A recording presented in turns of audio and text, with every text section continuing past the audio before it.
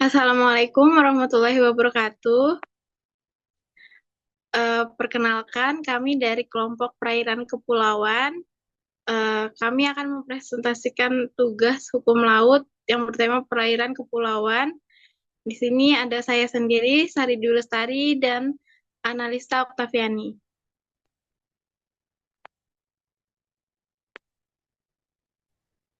Baik, di sini perairan kepulauan atau laut kepulauan atau archipelago sea adalah konsep hukum laut yang berkaitan dengan negara kepulauan.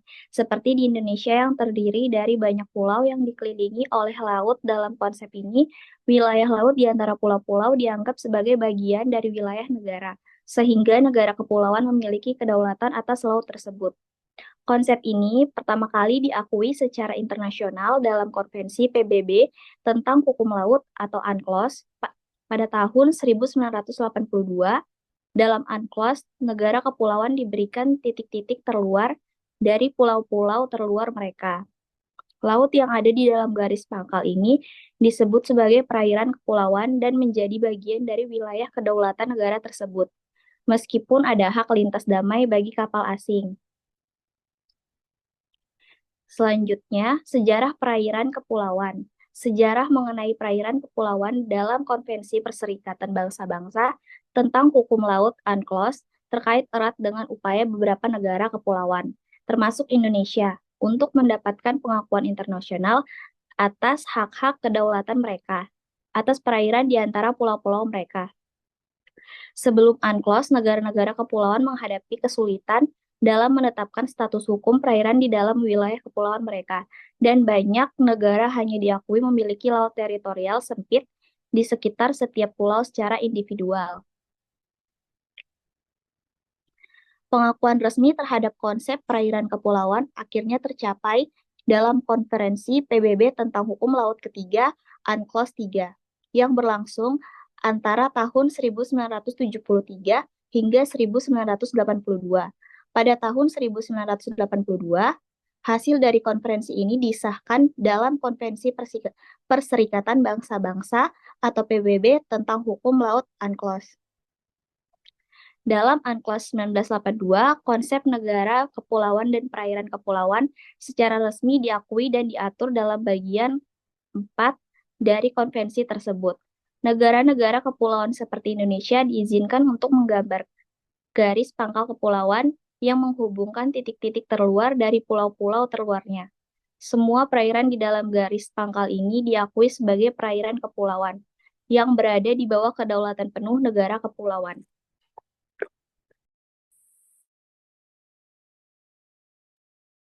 Selanjutnya, hak dan kewajiban negara kepulauan. Dalam UNCLOS, negara-negara kepulauan memiliki hak kedaulatan atas sumber daya alam di perairan kepulauan, termasuk perikanan dan sumber daya bawah laut.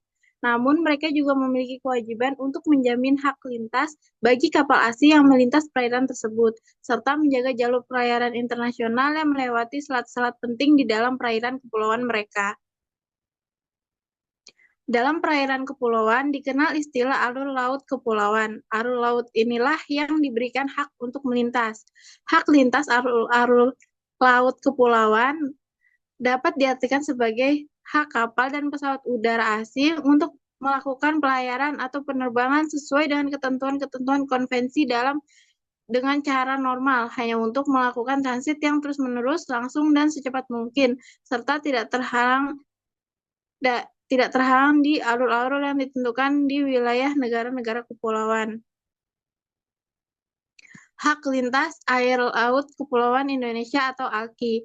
Pemerintah Indonesia mengeluarkan Peraturan Pemerintah Nomor 36 Tahun 2002 tentang hak dan kewajiban kapal asing dalam melaksanakan lintas damai melalui perairan Indonesia.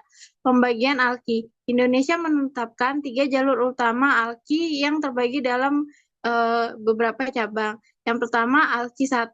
Rutenya yaitu dari Laut Cina Selatan, melewati Selat Karimata, melewati Laut Jawa, melewati Selat Sunda, dan melewati Samudra Hindia. Fungsinya adalah untuk menghubungkan Samudra Pasifik dengan Samudra Hindia melalui wilayah barat Indonesia.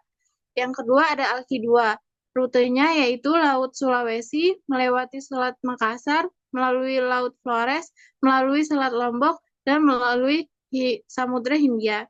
Fungsinya yaitu menghubungi Laut Sulawesi dan Samudra Hindia melalui wilayah tengah Indonesia.